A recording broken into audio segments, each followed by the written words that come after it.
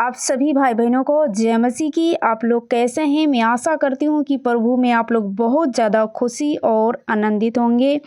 आज के वचन के द्वारा परमेश्वर आप सभी को ब्लेस करेगा, आप सभी को बहुतायत से आशीष देगा, मैं यही आशा रखती हूँ।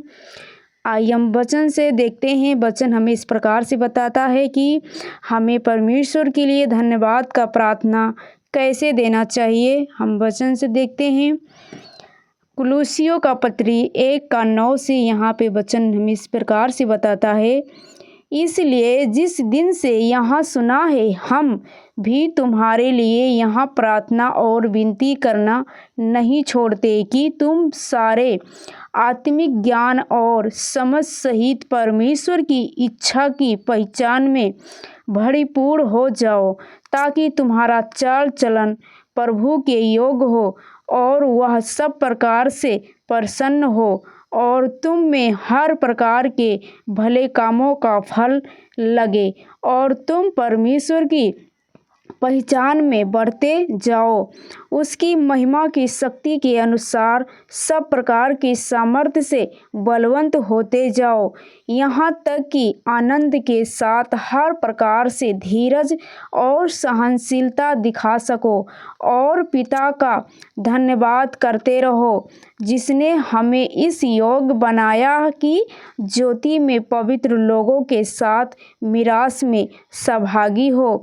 उसी ने हमें अंधकार के वश से छुड़ाकर अपने प्रिय पुत्र के राज्य में प्रवेश कराया, जिसमें हमें छुटकारा अर्थात पापों की क्षमा प्राप्ति होती है। वहाँ तो अदृश्य परमेश्वर का प्रतिरूप और सारी सृष्टि में पैलौठा है, क्योंकि उसी में सारी वस्तुओं की सृष्टि हुई, स्वर्ग की हो अथवा पृथ्वी की, देखी या अनदेखी, क्या सिंहासन, क्या प्रभुताएं, क्या प्रधानताएं, क्या अधिकारी, सारी वस्तुएं उसी के द्वारा और उसी के लिए सृजी गई है। वही सब वस्तुओं में से प्रथम है और सब वस्तुएं उसी में स्थिर रहती है। वही देह अर्थात कलीसिया का सिर है, वही आदि है और मरे हुओं में से जी उठने वाले में पैलौठा कि सब बातों में वही प्रधान ठहरे, क्योंकि पिता की प्रसन्नता की इसी में है कि उसमें सारी भरपूरता वास करे और उसके क्रूस पर बहे हुए लहू के द्वारा मेल मिलाप करके सब वस्तुओं का उसी के द्वारा से अपने साथ मेल कर ले, चाहे वो पृथ्वी पर की हो चाहे स्वर्ग में की।